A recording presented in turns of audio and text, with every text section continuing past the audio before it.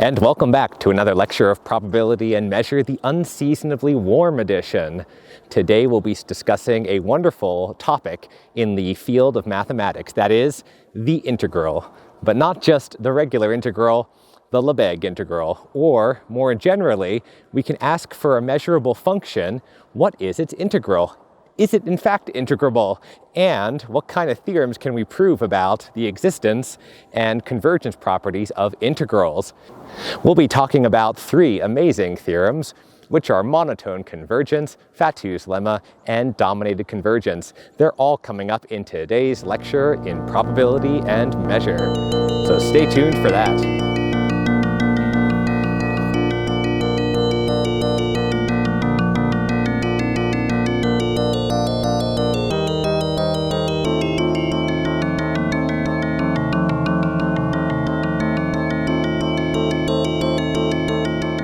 Welcome back to another lecture of Statistics 571 Probability and Measure.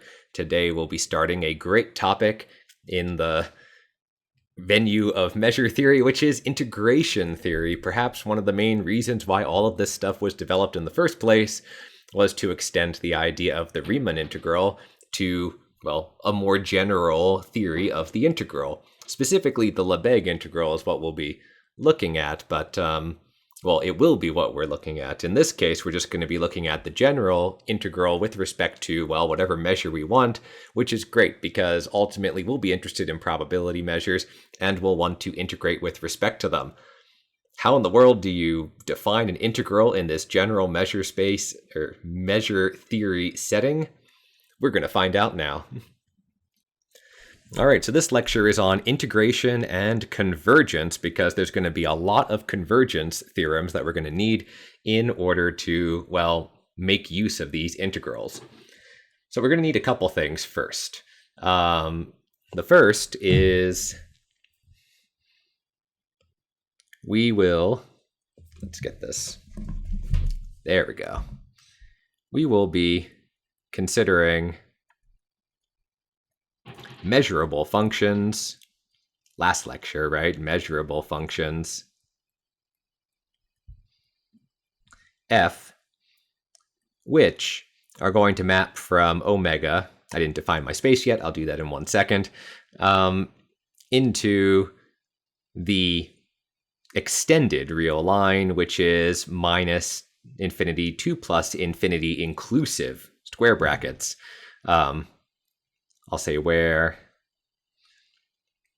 of course, omega f, script f, is a measurable space. Because we haven't given it a measure yet, so it's just measurable. We have an omega and we have a sigma field. Good enough for now. There we go. We need infinity in here, mainly because, I'll say we include infinity, and I guess minus, we'll say plus or minus infinity. So we can consider sets like f inverse of infinity, which would be, right, a subset. I guess possibly the whole thing, but that would be a really weird function, or a not really interesting function, actually, I guess. A subset of omega, right, which is all of the points in omega that get mapped into infinity by f, right? So this is just, it allows us to work with functions like that. We're also going to need a new notation. If you're actually in my real class, you would have seen this notation already in the assignment. But for those, well, just for consistency's sake, and in case, these lectures are being viewed by someone not in the class, then we have a new notation, which is fi increase, up arrow, that is, f. Okay, so what's that mean? Well, this means, and we're assuming here, let's say I going to infinity, right? I didn't explicitly say that, but what this means is that fi of omega converges to f omega, and this is for all omega in omega. Eventually, we're going to say, I think, almost everywhere, so we can get rid of the for all omega. But for now, let's just say for all omega in omega, we have this convergence in the limit, and it's increasing in the sense that fi omega has to be less than or equal to fi omega, or sorry, fi plus 1 omega. Which means that as I gets bigger, f can only get bigger. It might stay the same, or it might get bigger, but it can't go down. And this idea of converging from like the bottom up is going to be very important when we, well, for basically this entire lecture and for most of the integration stuff, because we're going to be approximating functions from the ground up. We're going to start with something below our function, and we're going to kind of build up, and converge to it. In that line, we have a theorem to prove. So the first theorem of this lecture is about, well, the space of all measurable functions, and the linear space of measurable functions. Let omega f be a measurable space.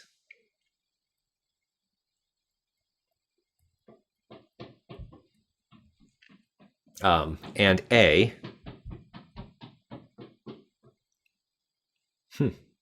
a pi system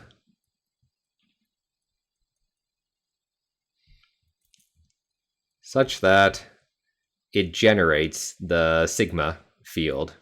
So sigma A is going to be F. Right, I'm just going to write F so I don't have to keep writing sigma A, but we have a pi system A. It generates F. And now we're going to say the next let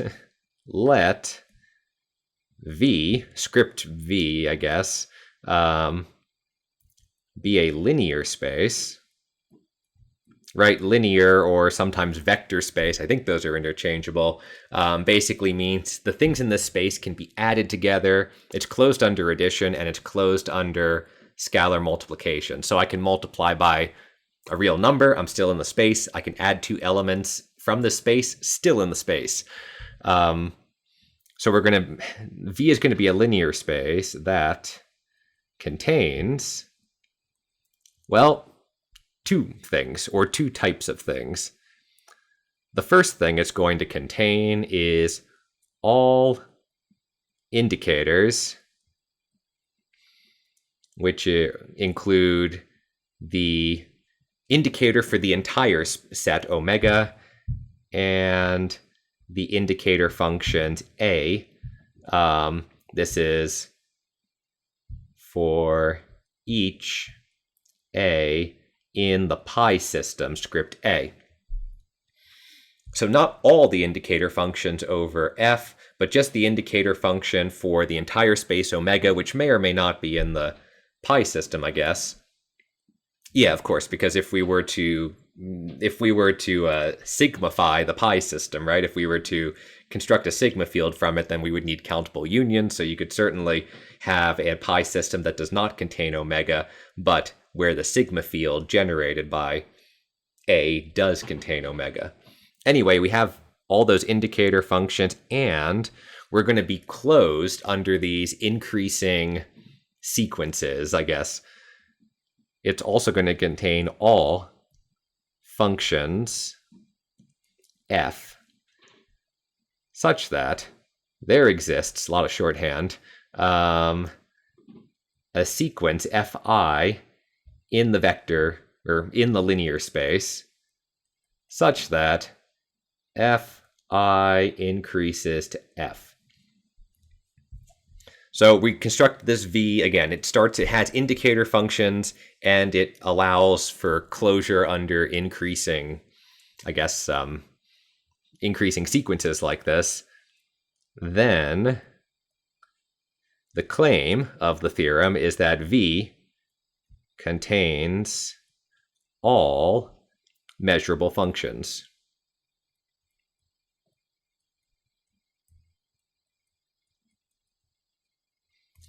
Remember, this is measurable with respect to this measurable space, right? We talked about what measurability means in the last the lecture, the fact that I can map back, I can inverse map, right, points from the, let's say, sets from the real line back into the measurable space, and the set that I get out is a measurable set. So that's what we'll need in order to make sense of this. Yeah, we're going to do this for increasing sequences. I have a footnote, which is in Billingsley's textbook, Probability and Measure, in Theorem 13.5 in the edition that I have, this anniversary edition. He also considers decreasing sequences, which would be fi down arrow, decreasing to f, which is kind of the same definition, but with the inequality swapped in the above here notation. Dealing with negatives in measure theory is super annoying, and we'll talk about how to get around that later. But I just wanted to point that out, that you could also have a similar notation, which is fi going down to f versus fi going up to f. Right, well, this is a short proof, but let's do it anyway. So we know that, just to restate it, we can do this shorthand. The indicator of set A is in V, right? That's from where we started.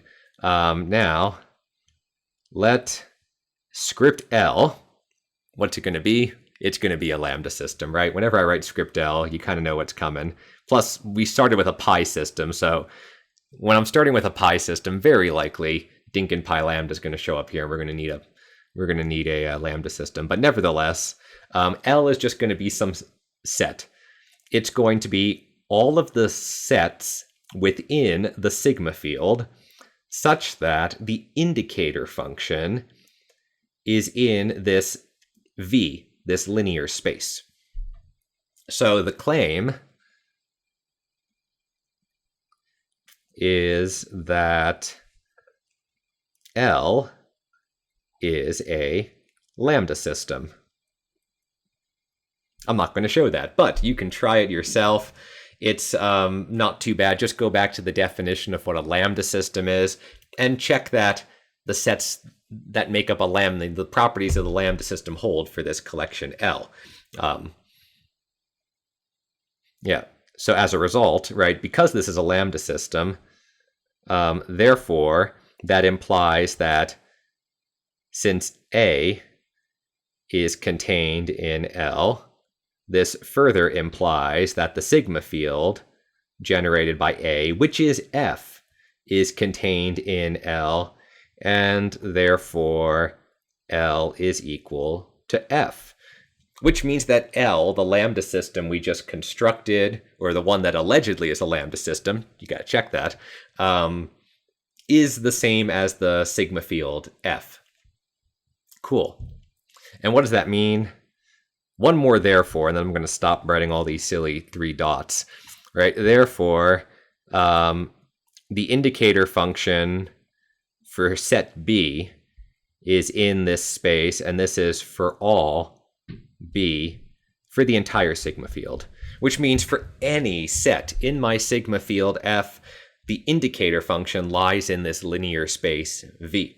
Okay, so we've taken, basically, if we go back up to the top here, right, we started with just indicator functions for A. We've extended this to all indicator functions for sets B. Now what we want to do is we want to extend this to measurable functions. First, we're going to do non-negative, so that's like the first step. So we'll say next, let f be a non-negative measurable function. Non-negative is going to make our lives a little bit easier here. Right, then we can write, maybe I don't want to say we can write it. I guess we can define. We can define a sequence fi, and fi is going to be 2 to the minus I times the floor of 2 to the I f. So what is that weird looking thing? it's a simple function that is below f. So basically what we did is that to draw a picture is probably the easiest, right? If I have some function here in green, which is going to look like a bell curve, because why not? Let's say this green line here is my function f. Then what we basically just did is we broke it up into, we're lower bounding it, I guess, by some simple function. And so on, right? Whatever happens with these red lines doesn't really matter. The point is that this could be, let's say the red lines here are going to be fi. So that's all we're doing. And if you stare at that long enough, you'll realize that, we have something else, which is, first of all, the fi are going to be simple functions,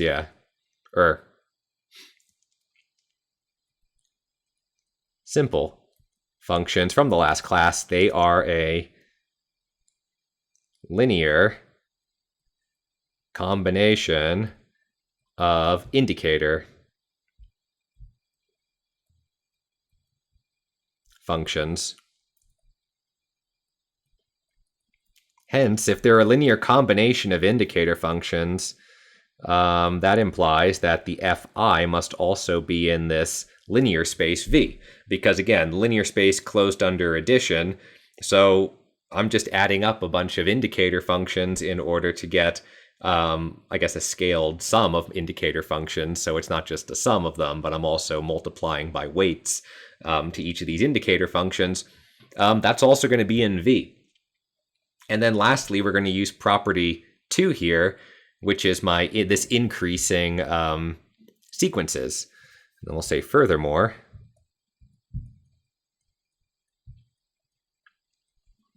the fi increase to f.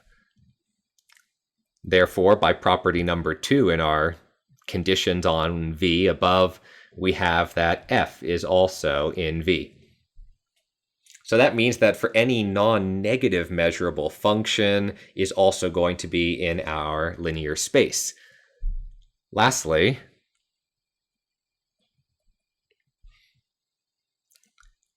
for a general measurable f, general meaning that, again, it could be positive or negative, we write f is equal to f plus minus f minus, where I forget if I introduced this notation already, but we'll just, where f plus and f minus are non-negative measurable functions.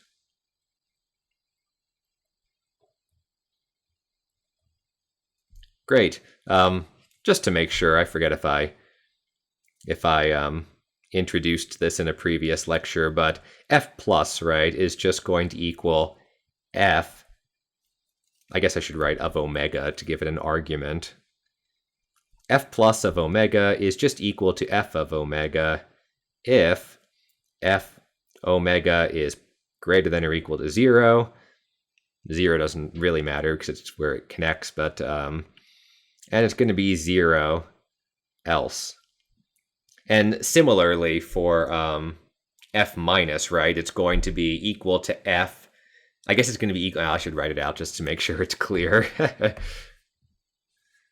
Right, because it's a little bit subtle. It's f minus is a non-negative function. So it's actually going to equal minus f omega if f omega is less than or equal to 0 and 0 else.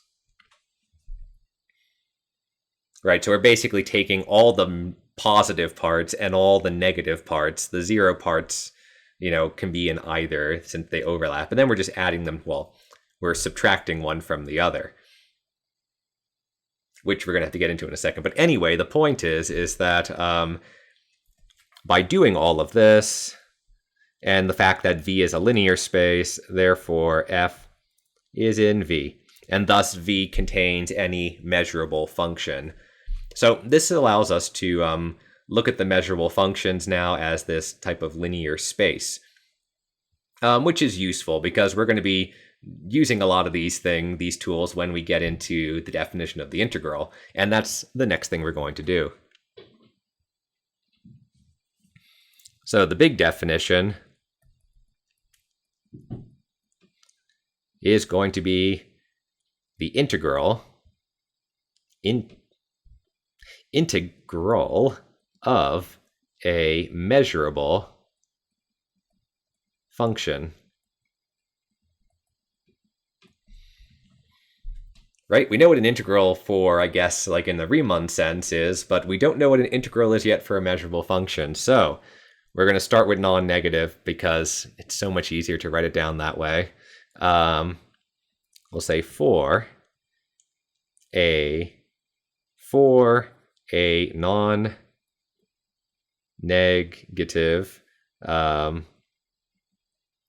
measurable f, which maps from omega into the, well, I guess r plus we'll say, so r plus will include 0.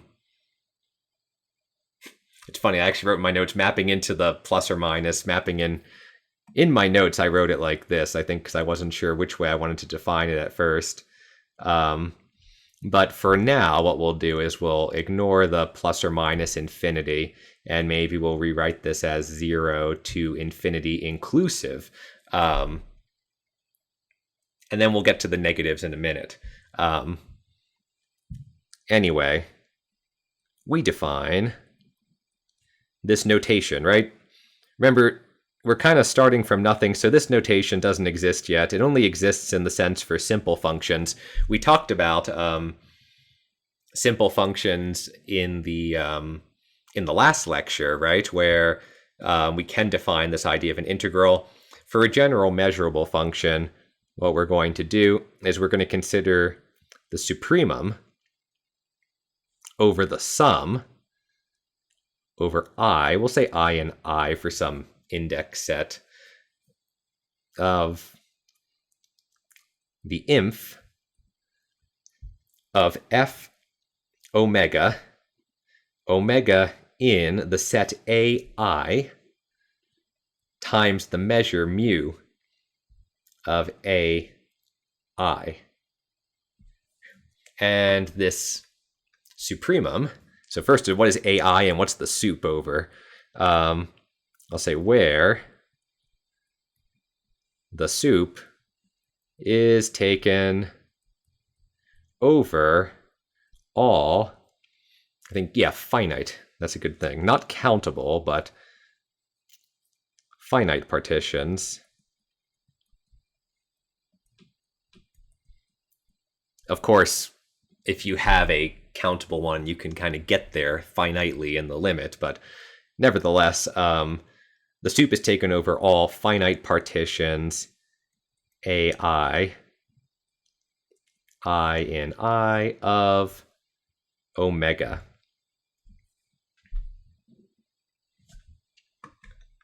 I don't think I said, oh, I did say it, I just didn't write it.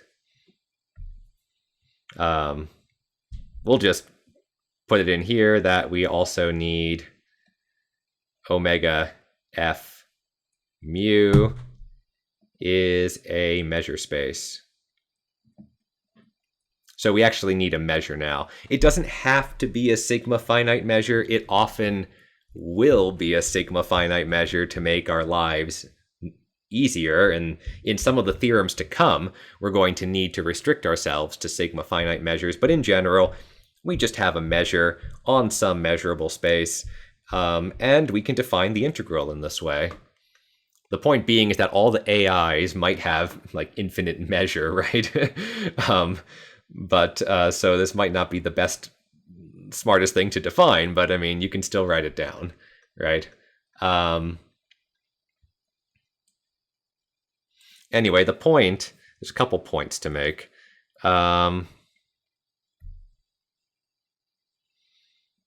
This thing,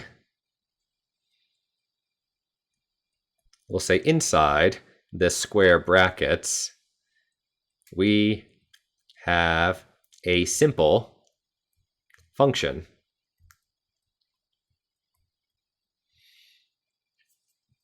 And basically we're using the, you can think of this as this is the, well, I guess we shouldn't have a simple function. We have the integral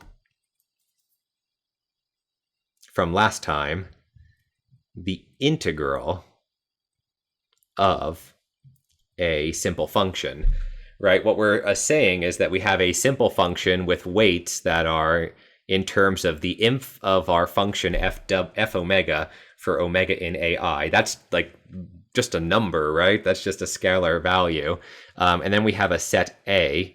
So this itself is what we're really saying is the integral of f with respect to the measure mu is defined as the supremum of the integral over all possible simple functions that are kind of below, that lie below f.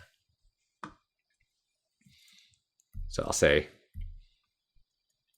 i.e., the integral of f d mu is a sup over all simple g such that 0 is less than or equal to g is less than or equal to f. Now, that's just for positive, or non-negative functions, I should say, to be precise. For general functions f, we again write that f is going to equal f plus minus f minus. And the integral of f d mu is going to equal the integral of f plus d mu minus the integral of f minus d mu. Now, there could be some little issues here, right? Again, where f plus and f minus are non-negative measurable functions. But this could lead to some trouble, depending on if these things are infinite or not. So we have a little note about dealing with infinity. How do we deal with infinity in this case? So to deal with infinity, right, what we're going to need to do is have some conventions. So in this course, we're going to have a few things, like 0 times infinity is going to equal 0, and c times infinity is going to equal infinity for any c greater than 0.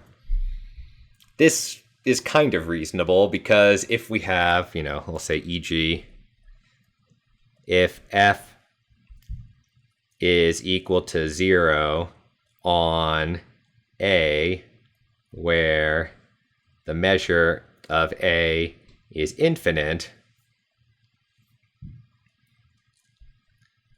we still want, I guess, the integral over a of f d mu to be 0.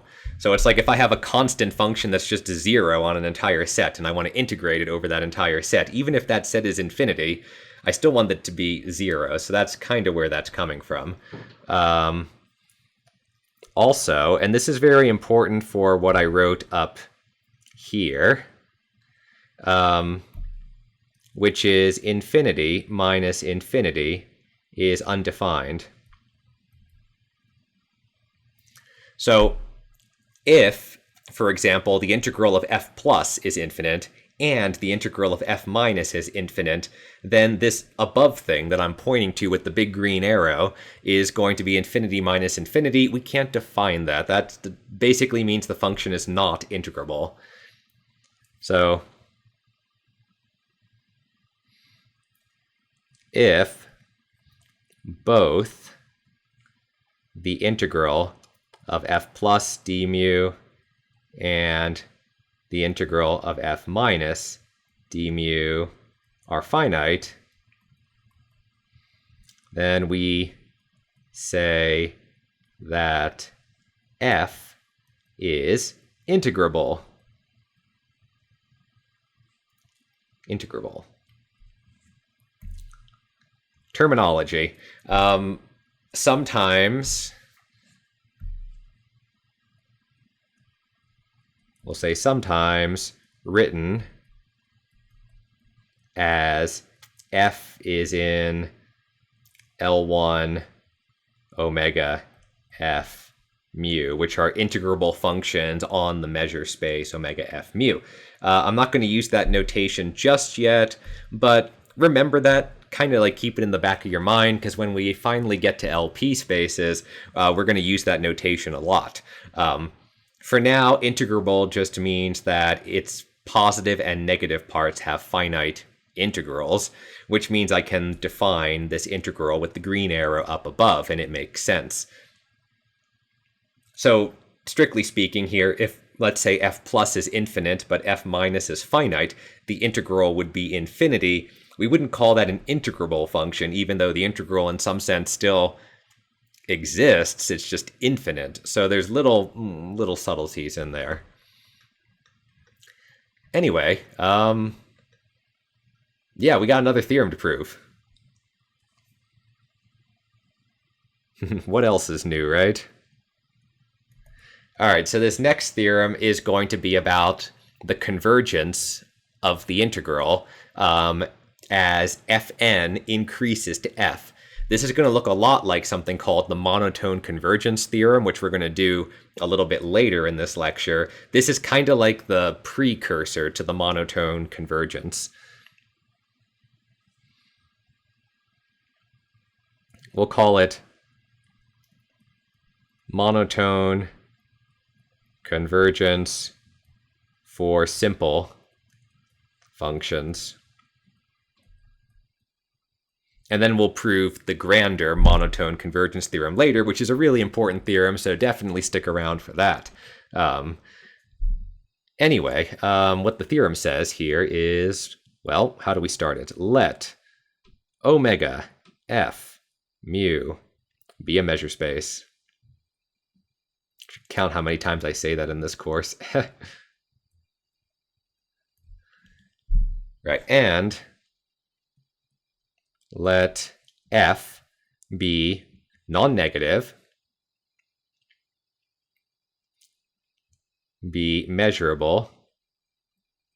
Otherwise, what's the point, right? And fn be greater than, or also non-negative. And this is for all n in the natural numbers.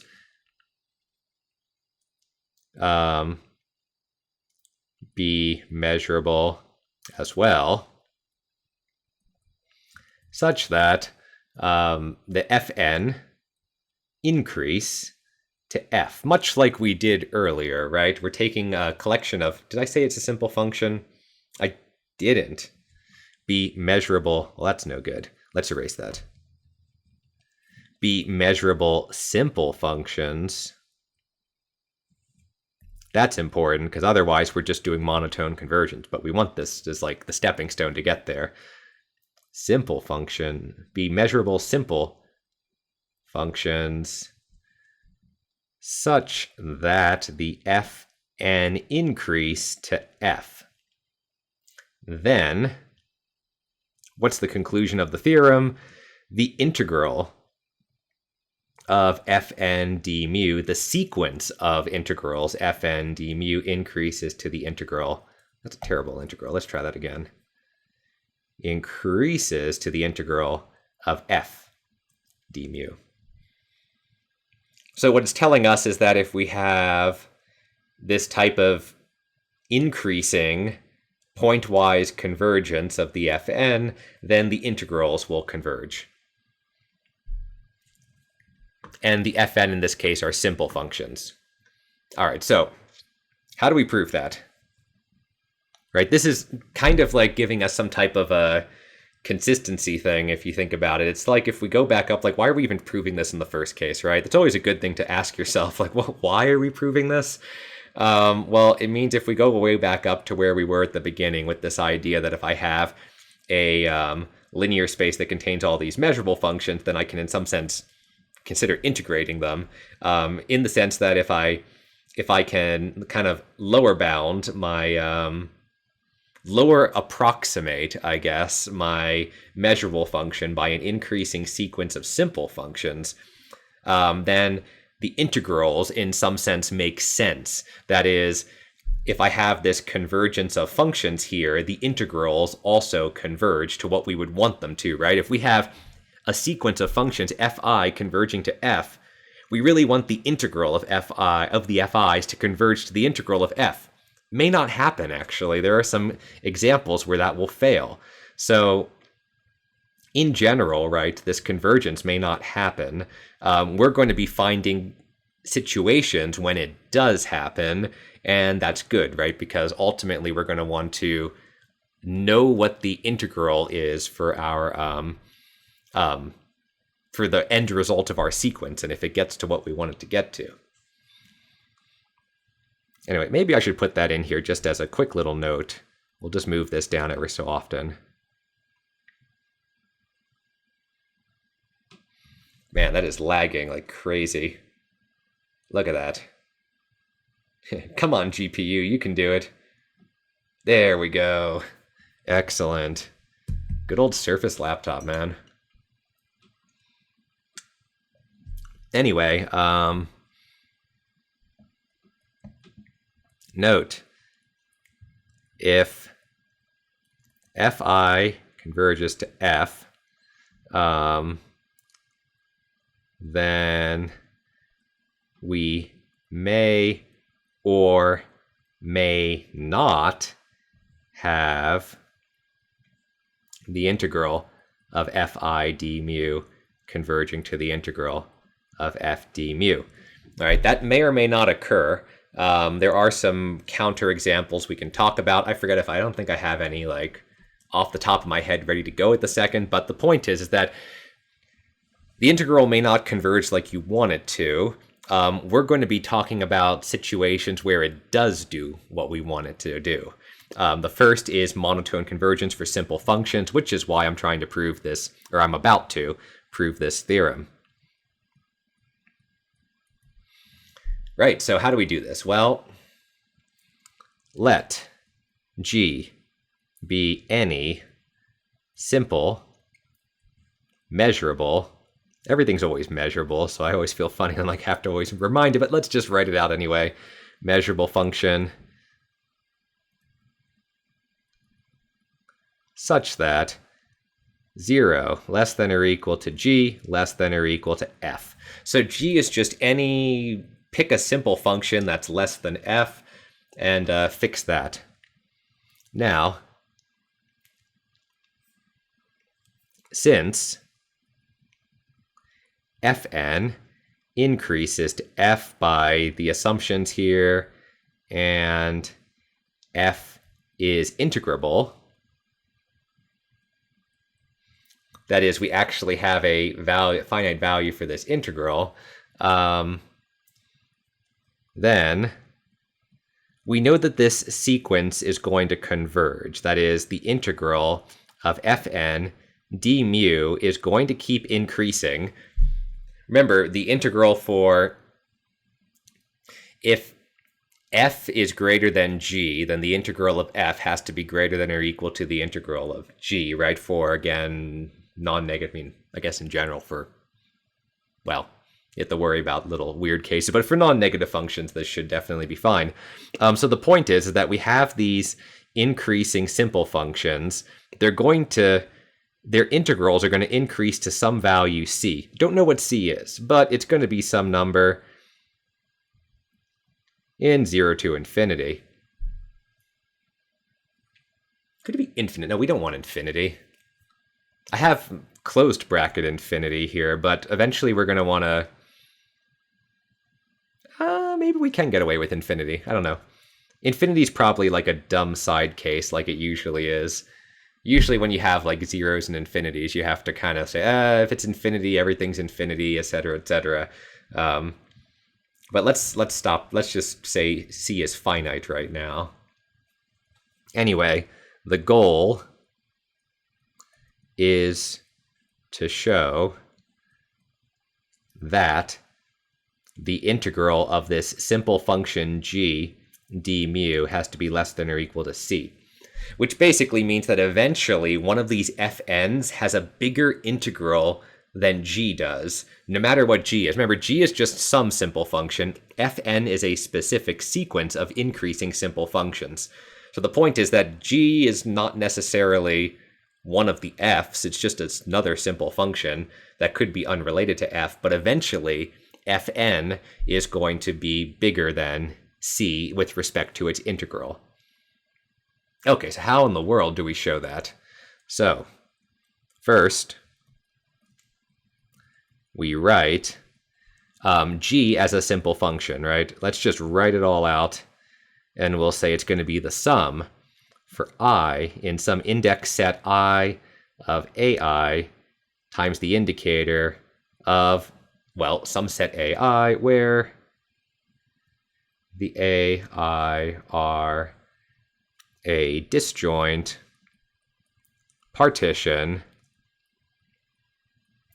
of omega. Great, so we took omega, cut it into a bunch of pieces, ai, finite in this case, right? Simple functions, fairly certain we define those as being finite, a finite partition. Yeah, it probably should be the case. Nevertheless, we have that. First we write this, I'll say, and similarly, we can write each fn can be thought of as the sum for j in some index set j of little bj indicator of the set bj here, where the bj would also be a disjoint partition of omega, etc., etc. I guess if I really wanted to, I could indicate that these things would be dependent on n. I don't really want to drag around like another subscript or superscript, so I'm just going to ignore that for right now. Anyway, that means that we can take our fn and we can write it. Well, first, what we can do is, I guess we can is sort of split it up over each of the ai. Remember, fn is in terms of the bj sets, but we also have these ai sets, which are another disjoint partition. So what we can do is we can rewrite them as follows. So all I'm doing is I'm saying, well, fn is going to equal fn on each of the AIs. The AIs are a disjoint partition, so I can write it like this. But more interestingly is that I can replace this with a sum over I and j in their respective index sets, the coefficient bj, and now we're going to have ai intersect bj as our indicator function. So now we have a double sum over a whole bunch of indicator functions. And furthermore, the integral of fn d mu can be written as the sum over I in I of the integral over ai f and d mu. So basically we're taking this integral, and if I don't write anything in the bottom, I'm assuming we're integrating over all of omega, right? I mean, what I didn't write here is that there's an omega in the corner, just because it's typically assumed that we're just integrating over the entire space omega if I don't say anything. In this case, what we're doing is we're taking omega, right, cutting it into disjoint, a finite collection of disjoint AIs, and now we're taking fn and we're integrating it over each of the AIs. So hence, I'll say we need to show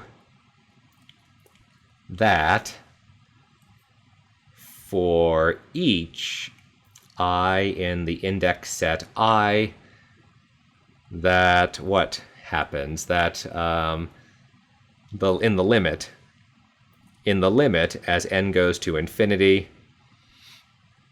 that the integral over ai of fn d mu is going to be greater than or equal to ai mu ai, capital AI.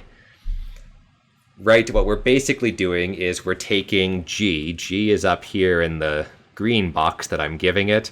If we integrate, right, what is the integral of g d mu is just going to be the sum of the ai mu capital AI, right? This is our definition of this in green here is just our definition of the integral for a simple function.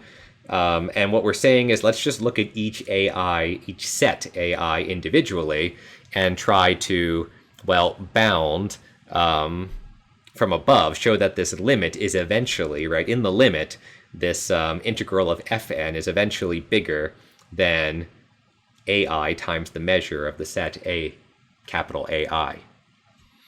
So first, if ai is equal to 0, then we're done. Right? If ai is equal to 0, fn has to be non-negative. We're done. That inequality holds, right? This inequality is now our main focus for the rest of the proof. If, instead, more interestingly, ai is strictly greater than 0, then we can divide, just to get rid of it, by ai, and w log, right, without loss of generality, that great little term in mathematics, we take ai to equal 1. So in this case, again, we want it to be finite. That's why I was like, I feel like we shouldn't have infinite in this case. Which means all these AIs need to be some finite positive value. And that means we can divide by that number, and we can normalize it to 1. So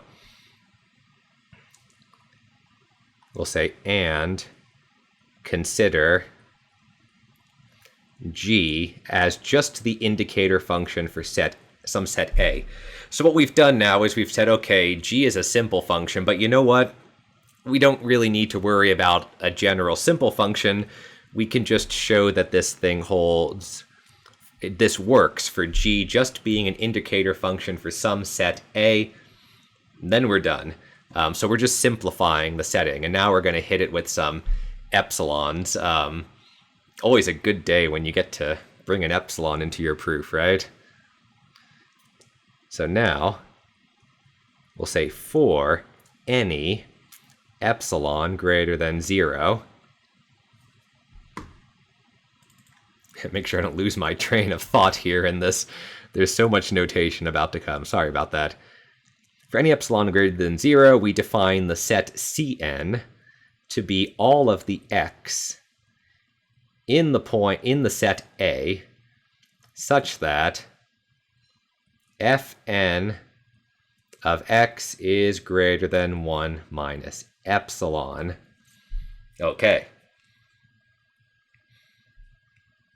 So, right, fn, again, is our increasing sequence of simple functions.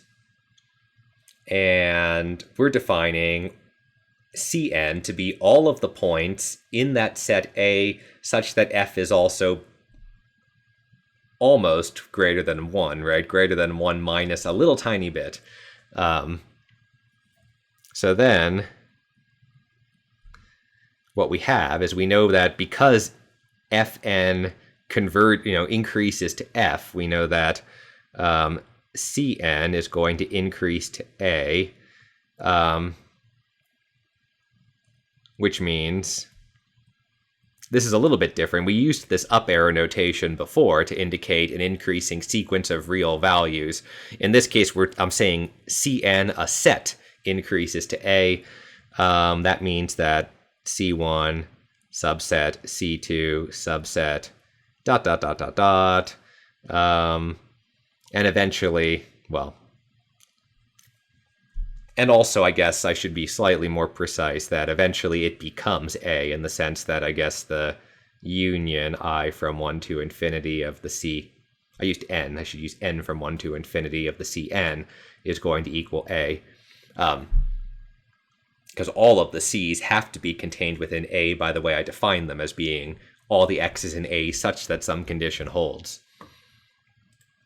Anyway, let's take the measure of that set. So, by countable additivity of mu,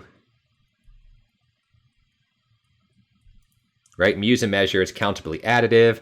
That means that mu of C n plus 1 is going to equal the measure of C1 plus the sum, I guess, we want n plus 1, right? Okay, so we'll take m from 1 to n, and we will consider mu of C m plus 1 minus C m. Right, these are nested sets that in some sense are getting bigger and bigger and bigger. So what we do is if we subtract the current one from the previous one, we now will have a collection of disjoint sets. If we have disjoint sets, we can apply countable additivity.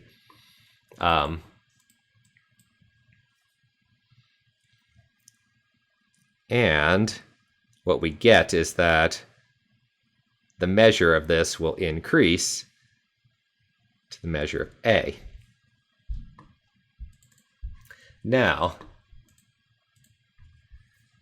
by definition of the set Cn, since we'll say the integral of fn d mu is going to be bounded above or bounded below by 1 minus epsilon mu.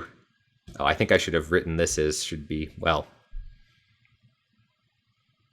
do I want it over A or do I want the general integral? I guess it doesn't really matter because if I increase the space I'm integrating over, it's just going to get bigger. But the point of this is to use the this definition here, right? What we're saying is here Cn is going to be the smallest that Fn can possibly be on Cn is 1 minus epsilon. Therefore, the integral over this whole space, in fact, I think if I just integrate over A or even over the entirety of the space, even if that's omega, it doesn't really matter. It'll still be lower bounded by that thing. Thanks to the non-negativity, of course, otherwise we'd run into some troubles. So since this is true, we have that little c, do you remember what little c was, right? Little c, way up at the beginning, is what we're converging to. Little c is up here. It's what the fn's converge to, right? We kind of brought that notation in and then just ignored it for like the last, 5-10 minutes or so. So just to remind you, little c is what the integrals of the fn's converge to. Because of this, right, this thing is also going to be lower bound. Basically, I'm taking the limit of both sides. If I take the limit on the left here, I get c. If I take the limit, that's right, so technically I should keep this as omega. The limit on the left is c, the limit on the right is 1 minus epsilon measure of A, set A, which is 1 minus epsilon. And what's the measure of set A? Well, that's the integral of our indicator function g. Because remember, we simplified g to just be an indicator function for the set A.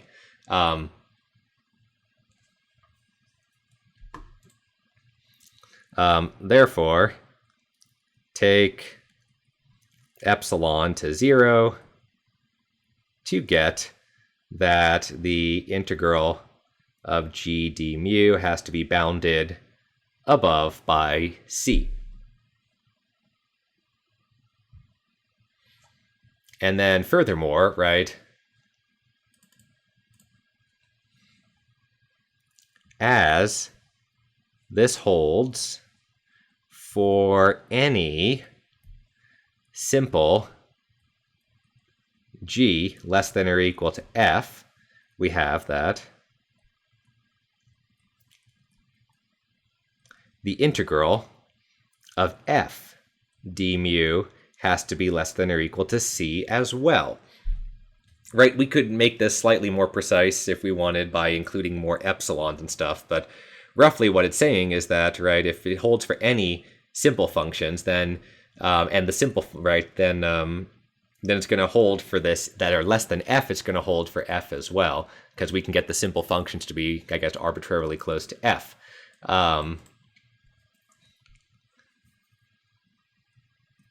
But also, the integral of f and d mu is less than or equal to the integral of f d mu by, by the fact that it increases to the integral of the fn's increases to the integral of f. So what does this all mean? Therefore, the integral of f d mu has to equal c, right? Because this thing is increasing to c. And we're done. Right, what did we just show? That's QED.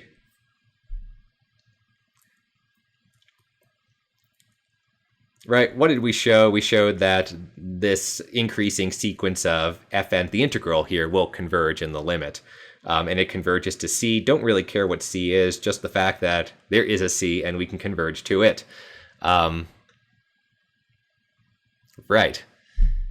Now we have to talk about the idea of things holding in an almost everywhere or almost surely sense, which is going to be very important for, everything that's to come, because we typically don't want conditions to hold everywhere. We want conditions to hold almost everywhere. That'll be made more precise in the next theorem.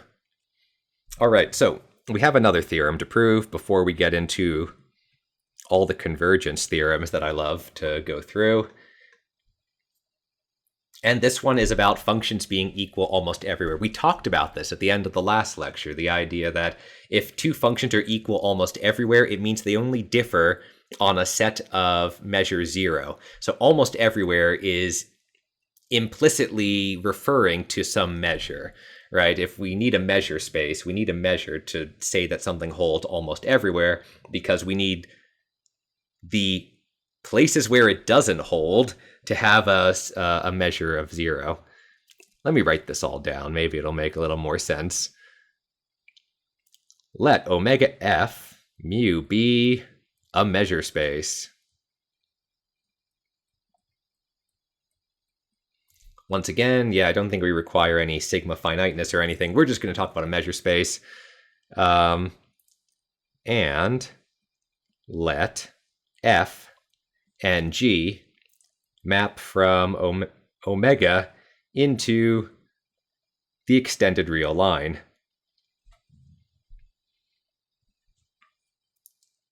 We'll say be measurable functions, which is, like, again, always the case, but write it down nevertheless. Stop putting periods here because we have to keep going. And f is equal to g a e, or mu a e, almost everywhere. Again, that means that if you take all the places where they differ, that set is going to have a measure of 0. Then, what's the conclusion? F is integrable. This is if and only if. Sometime, you can use the double F, right? If double F usually means if and only if. G is integrable. Integrable.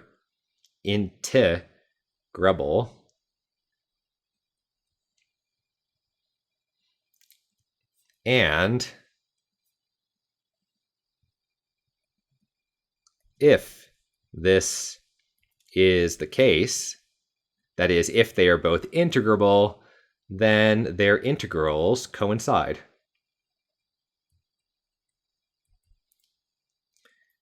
And again, this is important conclusion, because what it's telling us is that we only need the functions to be equal almost everywhere for their integrals to coincide, again, assuming they're integrable.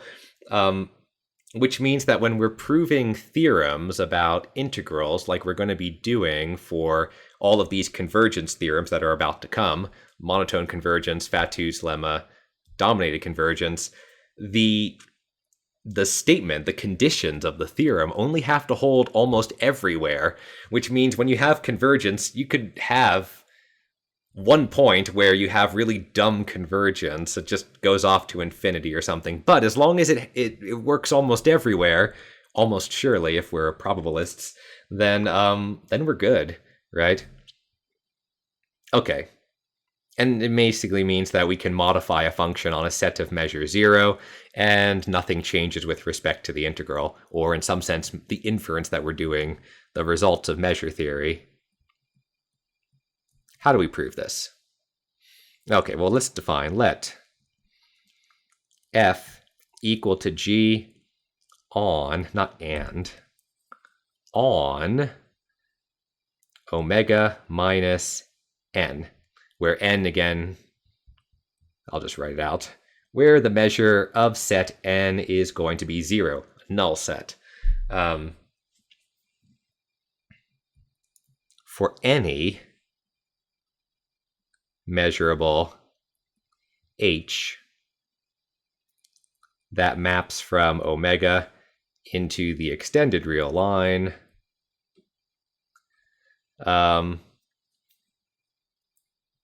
we can consider, I guess, the integral over omega h d mu and the integral of omega minus n h d mu.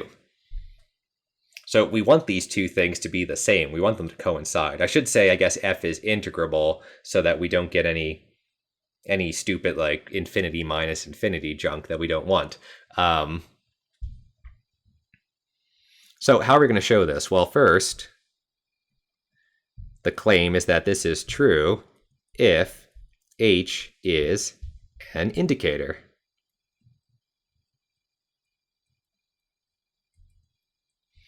I think you might start to notice a pattern here, right? Indicator function, simple function, measurable function. That's basically it, right? We're doing the same thing every time. And then non-negative measurable function, and then measurable function that could be plus or negative or positive, right? This is always the same sequence we build things up in. Indicator goes to simple, simple goes to non-negative measurable, non-negative measurable goes to general measurable function, QED. But let's write it all out. So this is true for h indicator function because, simply put, right, we already wrote it above, the measure of a set A is going to equal the measure of a set A minus a null set, right? That's kind of what happens with a null set, right? And then this, we'll say, therefore, also true for h being being a simple function. Because a simple function is just a finite combination of indicator functions. So yeah, that follows directly, right, from this same claim here. All I would have is a collection of sets AI and then subtract n from each of the AIs. The measures don't change because it's a null set.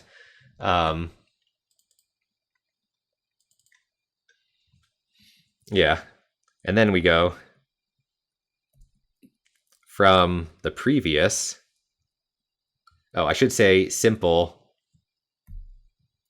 non-negative simple function. From the previous theorem, we can take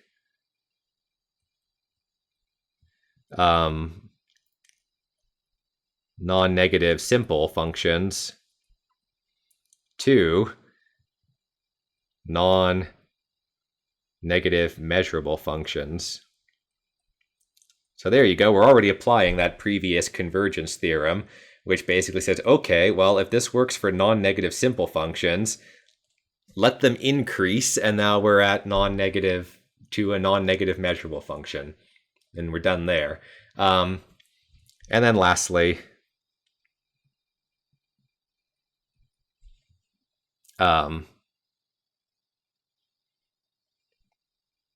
write the integral of h d mu equal to the integral of the positive bit minus the integral of the negative bit, and we're done, basically, right? What we're saying is, okay, it works for measurable. Now, if we have some general measurable function, I can write it as the difference here of two non-negative measurable functions, and that's it, right? We're done with this. So how does this complete the proof? Well, we'll say, therefore, what this means is that if I have f, and this is over omega to be precise, d mu, then this thing is going to equal the integral of f modified, that is off, like where I ignore a set of measure 0, right? I can subtract. The important stuff is happening in the subscript here, which is kind of hard to see, but this is the important thing. The integral over omega is the same as the integral over omega minus a null set. Well, if I'm on omega minus a null set, then f and g are the same thing, so I can just replace this with a g. And then I can modify it once again on a null set. And we're done, right? This guy is equal to this guy. Cool. So again, what we're basically saying is we can modify stuff on a set of measure 0, doesn't change the integral. QED box. Good stuff. All right. This lecture might go slightly longer than before, the other ones, than my usual 80 to 90 minutes that I shoot for, because there are 3 super important theorems. I want to prove them all before we're done. When I took this measure theory for the first time, I took it as an undergrad at McGill University. I was taught by a guy named Paul Koussis, Dr. Paul Koussis, who's got to be quite old at this point, because I think he was my grandmother's age, and if my grandmother were here, she would be 30, not 30, what am I saying, 30, she would be 94 years old, so Dr. Koussis is probably somewhere around that, 93, 94, 95, if he's still lurking around the city of Montreal. Anyway, he kind of said over and over and over again that these 3 theorems that are coming, monotone convergence, Fatou's lemma, and dominated convergence, are basically all you need. Like, they're the most important thing, and you can do all of this measure theory and abstract integration with these theorems. And we're going to see these all coming back. So the point is, pay attention and kind of remember these theorems, because they're super useful. When I took that course, we were using Rudin's textbook, the green one here, this real analysis and probability, or real and complex analysis. So Rudin didn't really care about probability theory, and he just wanted to do abstract integration. So his approach is very different than the one that we're taking here. Nevertheless, these theorems are super important. So in my lecture notes, I'm calling this 3 important convergence theorems.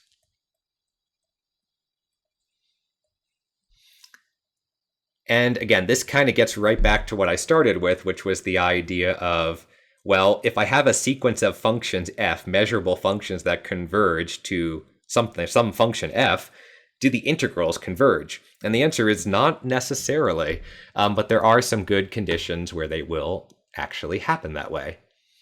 And as a side note, for x, a sequence of measurable random variables, right? Because again, if we're thinking about this in probability class, then we're going to want to talk about random variables as measurable functions on a probability space. Then what we're asking is, and let's say then if xi omega converges to some x omega, does the expected value of xi, not omega, the expected value converge to the expected value of x, right? The answer is not necessarily, and we're going to, again, as I keep saying, we're going to consider situations where this is the case. But I just want to highlight how this could be, why these are interesting. If you only really care about probability, it's still super interesting because it's going to tell us when we can have convergence of moments and things like that. Because remember, a lot of probability and statistics is really based around the moments of distributions. Moments are integrals, and they're integrals of measurable random variables, which are just measurable functions. So all of this stuff, super important. So get ready for it. Anyway, the first theorem of our three important theorems is monotone convergence.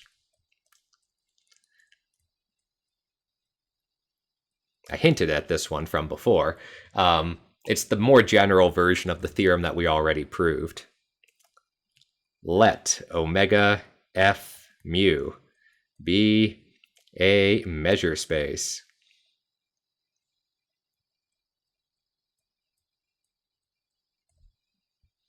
And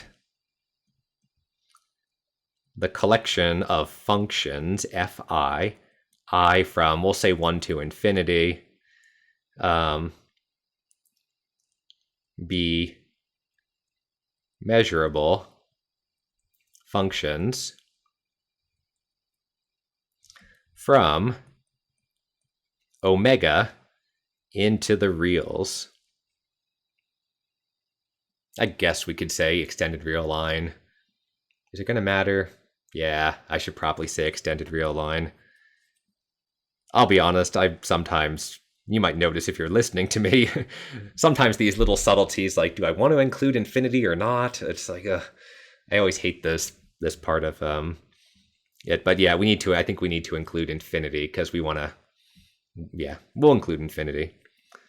Anyway, such that the fi's increase to f, and this is mu almost everywhere, which means it's pointwise convergence of these functions. That is, fi omega increases to f omega for almost all omega, almost everywhere.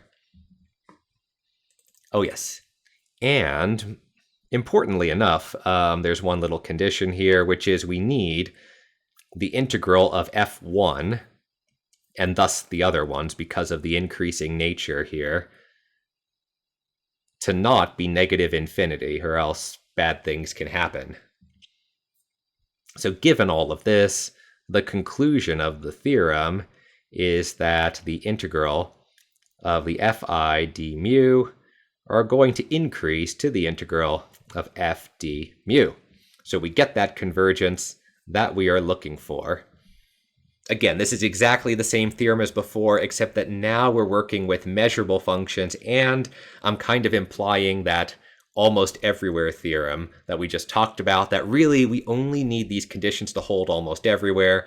That is the convergence condition to hold for almost every, I guess mu almost everywhere for this to work. All right, let's prove it. Proof. So first, here's an interesting note. We didn't assume that f is measurable.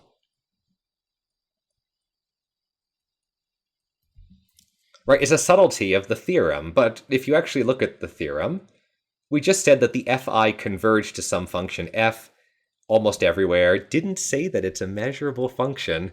We're going to prove that it's a measurable function. But it is. And that's the first thing we need to show. So, for C, a real number, not infinity, well, I guess we could, well, no, we don't need infinity. Consider the sets C to infinity closed, which generate the Borel sigma field, which again we call script B. I can say script B off the real line, but I'm not going to do that. I'm just going to say script B. Right, so I should say we're proving not just that it's measurable, it's Borel measurable, right, with respect to the Borel sigma field on the real line. So specific, right? When we're dealing with measurable functions, we're going from measure space into, or from a measurable space into another measurable space. When we're not saying anything, we're just going to sort of always assuming that the answer is the Borel sigma field on the real line, because that's typically what we're always working with as our output destination. Anyway, since fi increases to f, what we have is that f inverse applied to this set. So I'm taking this half infinite interval and I'm mapping it back into omega. And when I map it back into omega, because of this increasing nature, oh, this is a not minus, it's inverse, f to the minus 1, we can write this as the union I from 1 to infinity of fi inverse c infinity, c to infinity. Right, because if f is going to map this set back into omega, then any point that gets mapped, any point in omega that lives in f inverse applied to the interval c to infinity has to live in at least one of the fi inverses applied to c to infinity. In this case, it's increasing. So I guess that's why, right? Because this thing can only get... it's the reason why we're using that, because, right, fi can only get bigger, right, as I increases. So if some omega gets mapped into a value that's greater than c for fi, as I increases, that point omega will still be in there. So in some sense, it's what we're getting in in the limit. Nevertheless, the point is that since because we know that the fi's are measurable, that implies that this set is in our sigma field. That is, that it's a measurable function, therefore it maps the sets back into measurable sets, the sets in our sigma field, and therefore f is measurable. Remember, the point is that we just showed that f is going to map back any of these c to infinity intervals into a set in our sigma field. And since these half-open intervals, half-open infinite intervals, can be used to generate the Borel sigma field, we're done, right? Because we showed in an earlier, I think it was last lecture, that we only need this to work, measurability to work, for a collection of subsets that generate the sigma field, not every subset in the sigma field, which is good because it makes our lives a whole lot easier, right? Otherwise, it would be almost intractable if we had to check every single type of set in the Borel sigma. I don't even know if you can do that, but you can do it this way. That's what matters. Okay, so f is measurable. That's step one of the proof. What do we do next? Okay, well, what do we do next? So now, next, let's say, assume that f1, the smallest in our sequence of functions, the lowest down the totem pole here, is going to be greater than or equal to 0. And for each fi, we take, remember the fi's are measurable functions, we take simple functions gij such that gij increases to fi. This is j going to infinity. So what are we going to do here? We already know that we have monotone convergence for simple functions. Now we just have a sequence of measurable functions. What we're going to do is we're going to have simple functions converging to each of our measurable functions, and then the measurable functions converging up to f. So it's kind of a neat thing in some sense. It's like every measurable function gets its own collection of simple functions that converge. So we say, therefore, by a previous, not specifically the last theorem I proved, but by a previous theorem, that is monotone convergence for simple functions, what we have is that the integral of the gij d mu increase to fi d mu. That one we're done. But now we need to make sure that it makes sense to continue increasing in I, right? We want to do a limit in I. So furthermore,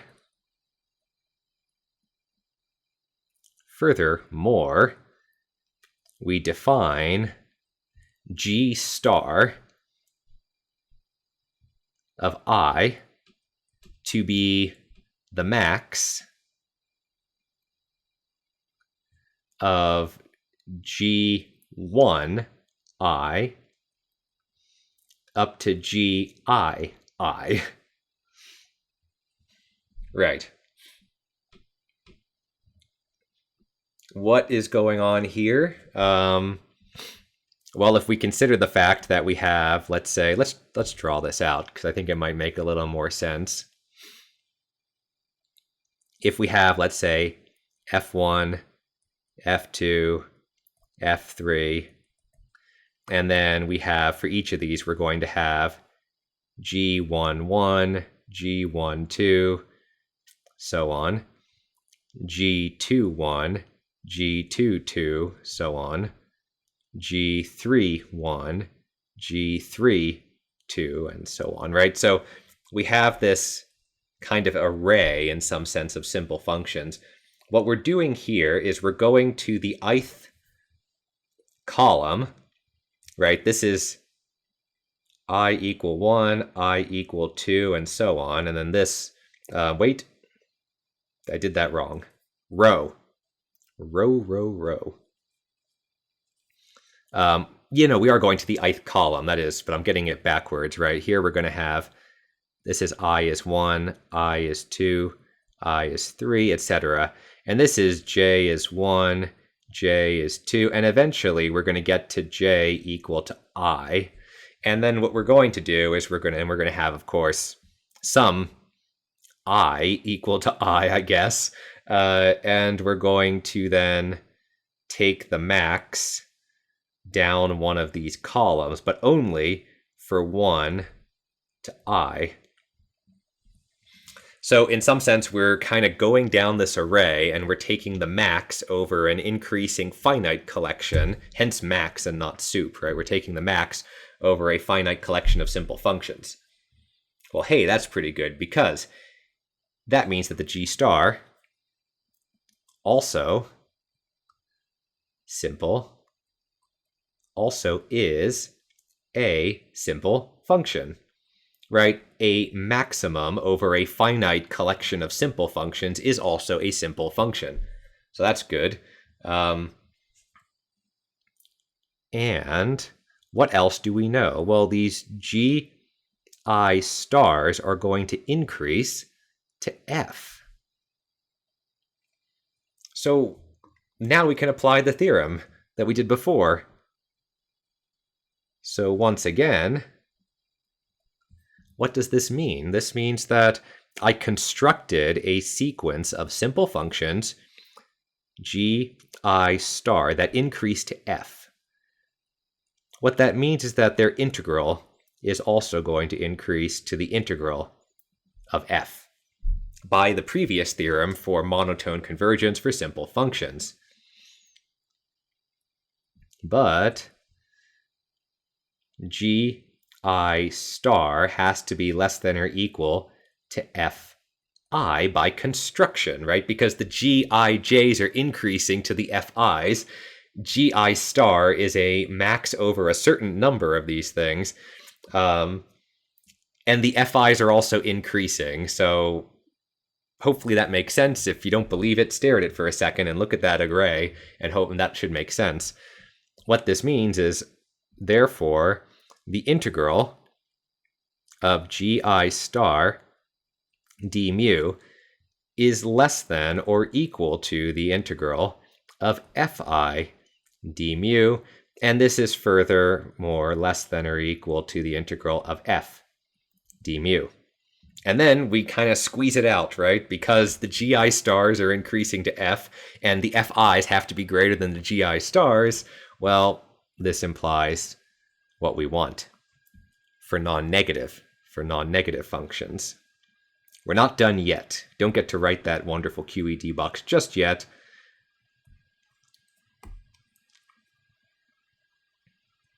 F d mu. My f's are starting to look like integral signs with a slash through them. It's a long lecture, but we will get through it. Anyway, yeah, so that's pretty cool. So we are now done for non-negative functions, i.e., we started with fi, or f1, which is the smallest one, being greater than or equal to 0. So f1 is non-negative, then everything is non-negative because it's all increasing, right? Hence monotone. Okay, let's do it the other way. Now, we assume that now we're going to do things slightly different. We're going to take f, the actual f that we're converging to, and assume that it's a non-positive function. That's right, we were kind of doing this monotone increasing convergence. So before we took the smallest thing and we assumed it was greater than or equal to 0. Now we're taking the biggest thing and we're assuming it's less than or equal to 0. So therefore, fi increasing to f implies that, watch the minus signs, because they can get tricky. If the fi's are increasing to f, then if I multiply everything by -1, I get that the negative fi's are decreasing to negative f. Let h equal -f and hi equal -fi.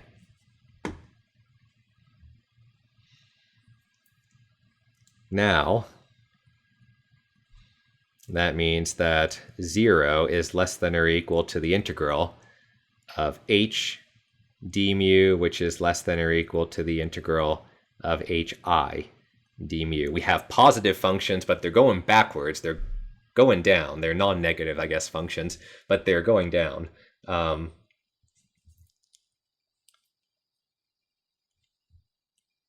Next, I always use now and next as like, next, we note that if we have 0 here, less than or equal to 0 is less than h1 minus hi. So now what we do, we take h1, we subtract hi from it, and now we have a sequence that's no longer decreasing, it's increasing. It is increasing to h1 minus h.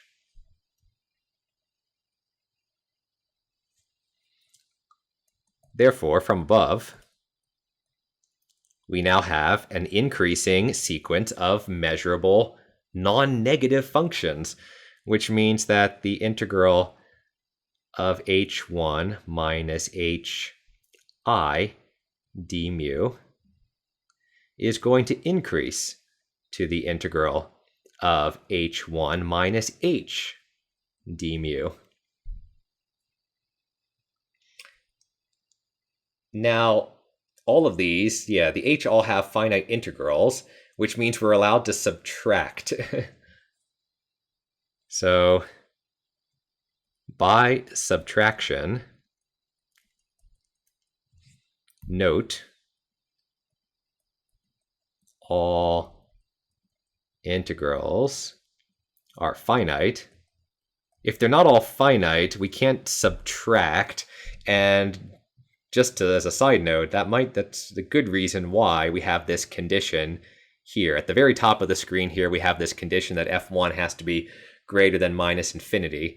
That's going to be important because we want to be able to subtract things, and this is allowing us to subtract stuff. Anyway, because we're allowed to do subtraction, I can subtract h1 from both sides of this equation, right? I have an h1 here and I have an h1 there. I can subtract both of these. And what do we get? Therefore, we get that, or I don't need another therefore. By subtraction, we get that the integral of hi d mu is decreasing to the integral of h d mu. And by reusing the definition of h being minus fi and multiplying everything by minus 1, what we end up with is that fi d mu is increasing to f d mu. Cool. So what's that mean? Well, that means that we have monotone convergence for non-positive, and we have monotone convergence for non-negative. Now we're just going to do the usual general function. For a general, f equal to f plus minus f minus, well, we're going to do the same thing to both bits. We have two things. We have fi plus will increase to fi. Or f plus, sorry. F plus. And fi minus will decrease to f minus, not minus 1.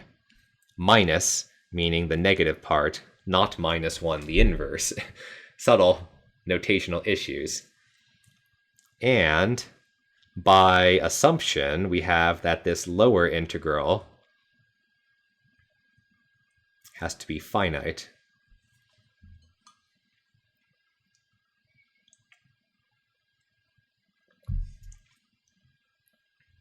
Nope. Come on. OneNote, what are you doing? OneNote's having a little bit of a break. There we go. Therefore, from above, what we get is we get that this integral of the fi plus d mu is going to increase to f plus d mu. And we're going to get that f minus I d mu is going to, in this case, decrease, right? Yeah, make sure I get my arrows go in the right direction. Decrease to f minus d mu. And therefore, because f is equal to f plus minus f minus, we're going to get that just the integral of the fi d mu is going to increase to the integral of f d mu. And that's a QED. We're done. Whew. Now, I have a remark here in the notes which basically says that, well, one, we only need this to hold the increasing convergence to hold almost everywhere. Again, just to emphasize that we could have convergence fail on a set of measure 0. Doesn't matter for monotone convergence. Secondly, we could redo the entire thing. Maybe I'll write this one down. I'll just put a note.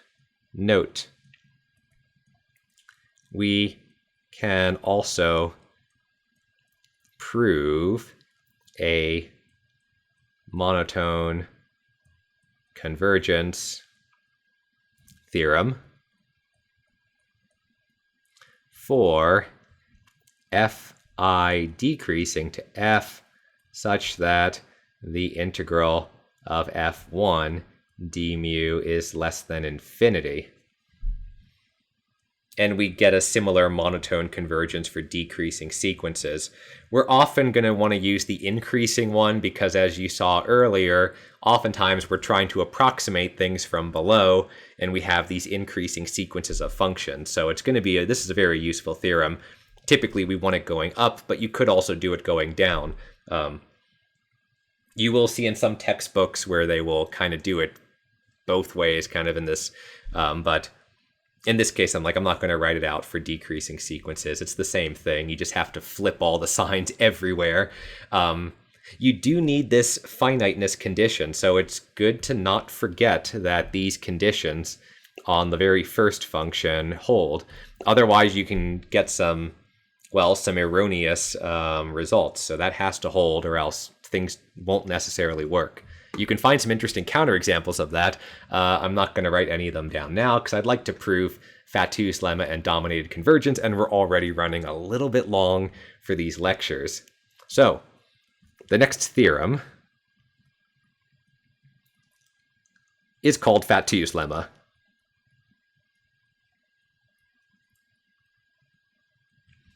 I like to call it a theorem regardless, even though it might annoy the people who are very pedantic. Well, it's a lemma, not a theorem, but it seems important enough to call it a theorem because, again, it's one of the three important results here about convergence of integrals. Anyway, let omega f mu be what else? A measure space. Always have to check to make sure I'm not forgetting. No, I think all of these we can just do general measure spaces. Later, if I recall, when we get to product measures, we're going to need some sigma finite measure space. But here, omega f mu, it's a measure space. Let fi, I from 1 to infinity, be non-negative measurable functions mapping omega into, I said R, but I guess we could do the extended real line. Double check that. I think the extended real line should be fine. That's usually what we're actually doing. Anyway, the conclusion comes next, which is then the integral of the lim inf of the fi's d mu is less than or equal to the lim inf of the integral of the fi's d mu. Cool. So Fatou's lemma is a little bit more opaque. I mean, because lim infs, in general, are a little bit harder, I think, to think about than increasing sequences. Like monotone convergence, I got that. We're going up, we're going up, we're going up. Integral converges. Here it's well, wait. It basically says I can take a lim inf out of an integral, and the thing will only get bigger. Can be useful, will be useful. Let's prove it.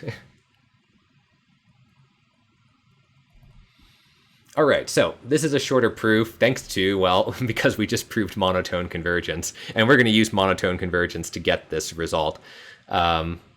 So first is a recall, because of course we all remember what a lim inf is, right? Recall that the lim inf of fi for I going to infinity is going to equal the sup over j, the inf over I greater than or equal to j of the fi. Lim inf is a sup of an inf. All right. Hence, what we can do is we can let G sub j be the inf. It's the inner thing here. It's the inf of fi such that I is greater than or equal to j. Okay, so now we have a sequence of GJs. It's a bit of a tongue twister. Then, what do the GJs do? The GJs increase because as j increases, the thing I'm taking an inf over decreases. So the inf can only get bigger as I restrict what I'm infing over, right? Therefore, the GJs are going to increase to the lim inf I going to infinity of the fi's. Well, hey, that sounds a lot like monotone convergence. And, always good to check, f1 has to be greater than or equal to 0 because we assume that everything is non-negative. Otherwise, well, we would need to have some other condition to double check so that we can apply monotone convergence. Otherwise, again, monotone convergence may fail. That's why we need a condition like this. Anyway, by monotone convergence,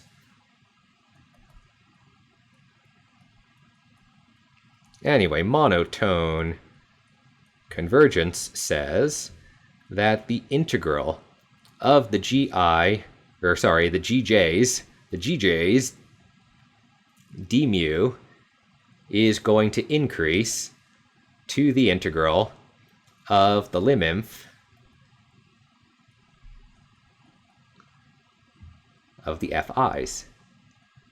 Monotone convergence, good stuff. And then we say, well, by construction,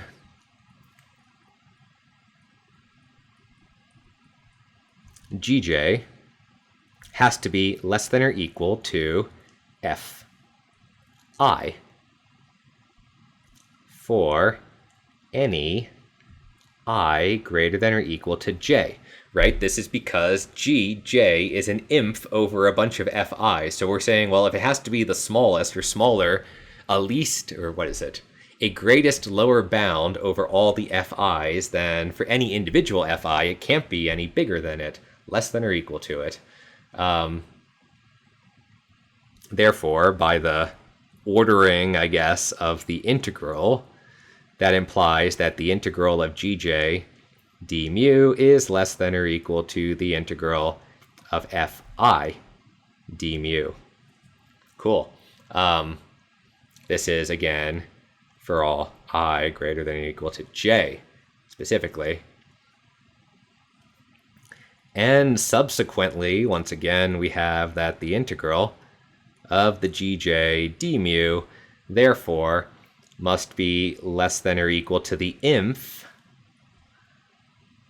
for I greater than or equal to j of the integral, the fi d mu, right? If Gj, the integral of Gj is less than or equal to all of the integrals of the fi's, then it has to be less than or equal to the inf over all of the integrals of the fi's, again, I being greater than or equal to j. Lastly, take j to infinity to get what?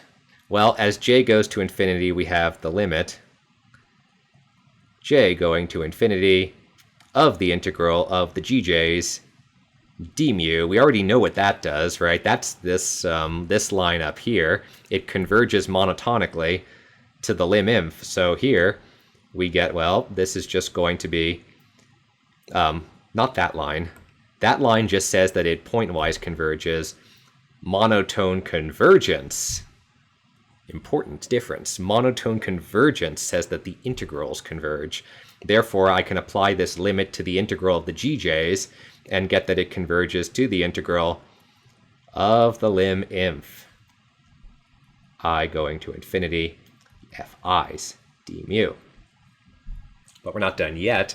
Because applying this bit here, this second half here, we know that all of the GJs have to be less than or equal to the inf of the integral of the i's. So what happens if we stick a limit as j goes to infinity? Well, in front of our inf, we get a lim inf. So this is less than or equal to lim inf I from 1 to infinity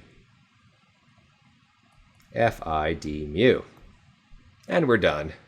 QED box. Right, just to indicate, right, this is this last bit, which is being taken here and shoved into this last one. So the maybe I should have used a different color. This first result is coming from monotone convergence, and the second, the inequality, is coming from upper bounding the GJs by the integral of the GJs by the inf over all the FIs, the integral of the FIs.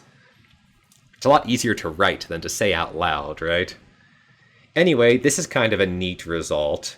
Maybe not as intuitive as monotone convergence, but it basically allows us to swap from taking a lim inf over a collection of functions to taking a lim inf over, well, in some sense, a bunch of values, right? Because FIs are just going to be some collection. And notice here, right, the FIs aren't necessarily converging to something, right? Lim inf is going to exist even if the limit doesn't exist. So lim inf is just sup of inf, right? And that's going to work. All right, we got one more to do. It's going to take like another 5 minutes, so stick with me. It's dominated convergence, and this one is also super useful. Let's prove some dominated convergence, and then I'm going to let my throat rest, because, yeah, this is a nice long one. But, again, super important theorems, so I'm going to cram them all in here.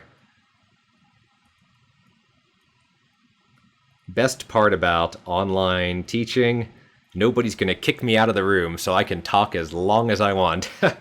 Of course, everybody might stop listening, but I'm still happy, because it's a one-way source of information. I don't know if you're listening or not, but, yeah. Dominated convergence. Let omega f mu be a measure space. As always. Let the fi, a sequence I from 1 to infinity, and g be measurable functions.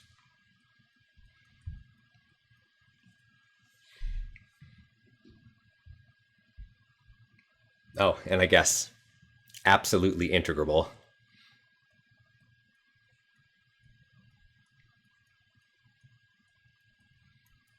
Absolutely integrable. What does that mean? That means that, right, the integral of the absolute value is finite. Which means that, one, is it's integrable in the sense that the positive and negative parts must have finite integral, but also we can't have one of them going off to infinity. So these integrals are defined, and their values will be finite. Now, if the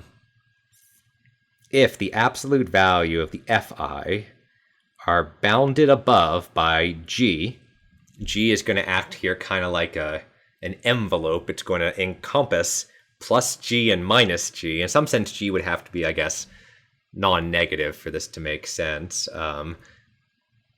Yeah, it would have to be non-negative for this to make sense, but doesn't mean that's implied. Anyway, for this to make sense, you're kind of like above, you have a plus g above and a minus g below, and you're encapsulating all of your FIs. They're stuck in between the g's in this envelope of g, hence the dominatedness of the convergence. G is the dominating function. Anyway, if the FIs in absolute value are bounded above by g, and, right, yeah, this is, I should say, for all I, of course, and fi pointwise converges to f for each omega in omega, then this thing we're converging to, then f is absolutely integrable,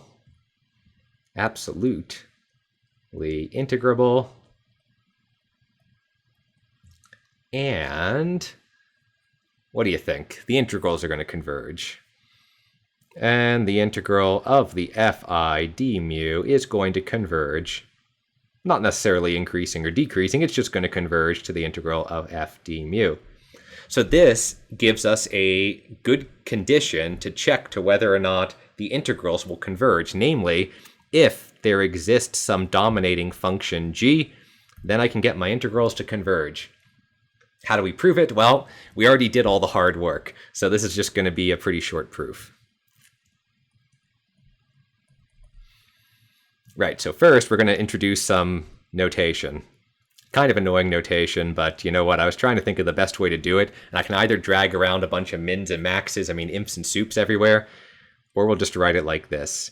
So fi wedge, I guess, or I guess that's like the wedge for wedge product and things like that. So fi wedge is going to be the inf over the fj such that j is greater than or equal to I. And similarly, we're going to use fiv, kind of the v product, right? Fiv is going to be the soup of the fj. Is that the one I want? Yeah. The soup, j greater than or equal to I. Okay, then what does this mean? Then fi, I guess, inf, is less than or equal to fi. And this is less than or equal to fi soup. Okay, so we've got a little bit of an above and a below thing going on here. Also, fi inf is going to increase to fi.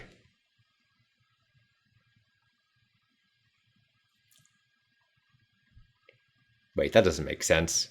I think I want fj. I think I just want f. I was going to say, you can't have... I is supposed to be going to infinity, so that's a dumb thing to write. I had to change that in my notes. Let's think about that. Yes, of course, right? It's the... I guess in this case, we're assuming that the limit exists. We're assuming it exists point-wise in the sense that fi, almost everywhere convergence. Therefore, this fi inf is going to keep getting bigger and bigger as I goes to infinity. And yeah, that makes sense. Okay, good. Good. So we have that.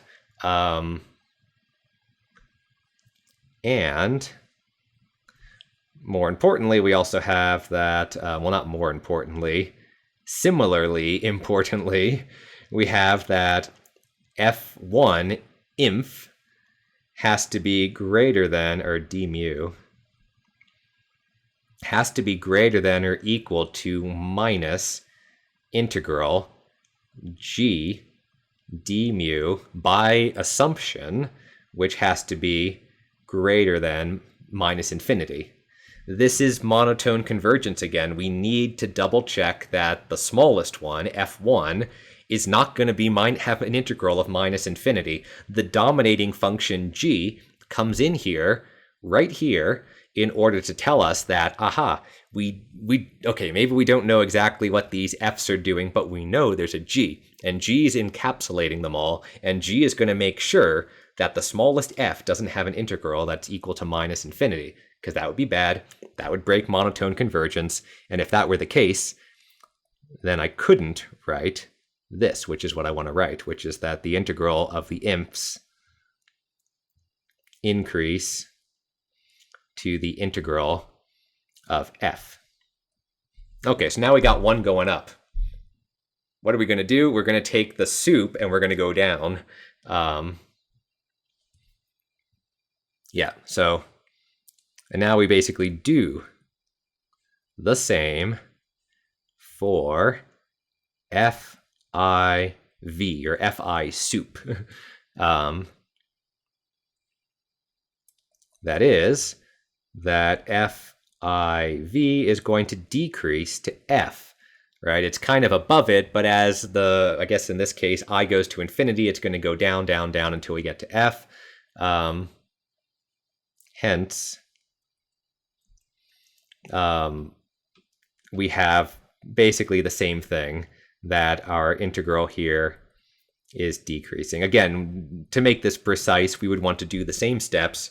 Just check that we would want to use g again like this to upper bound f1, I guess, or f1v, f1 soup, to show that it has to have a finite integral. Otherwise, monotone convergence breaks and the theorem breaks. We don't want that to happen. Cool. And since the integral of fi inf d mu is less than or equal to the integral of fi d mu is less than or equal to the integral of fi soup d mu, we're done, right? Because basically it means that this thing is going to converge to the integral of f d mu, and this thing is going to converge to the integral of f d mu. There's only one thing that our fi can do, and that's converge to the integral of f d mu. And it looks like my recording just stopped after 2 hours. I guess Windows is like, no, I'm done. No more screen recording. Nevertheless, that was the last thing I needed to write. So, doesn't really matter. We're done, which is the point that we get that. You don't get to see my QED box, but I'm going to draw it in here anyway. I like the QED box. Right, well, that was very long, but everything very important nevertheless. What did we do? We introduced the idea of the integral, and we proved a whole bunch of theorems about how integrals can converge, because just because your function converges doesn't mean your integral is going to converge. You've got to check some of these theorem conditions to make sure that your integrals actually converge. That's what we want. Next time, we'll be doing Lebesgue-Stieltjes measure, which is a lot of fun, and product measure, which is, well, going to be a little bit of a headache, but we'll get to Fubini's theorem that we can swap orders of integration. All good stuff coming up in the next video lecture, so see you there.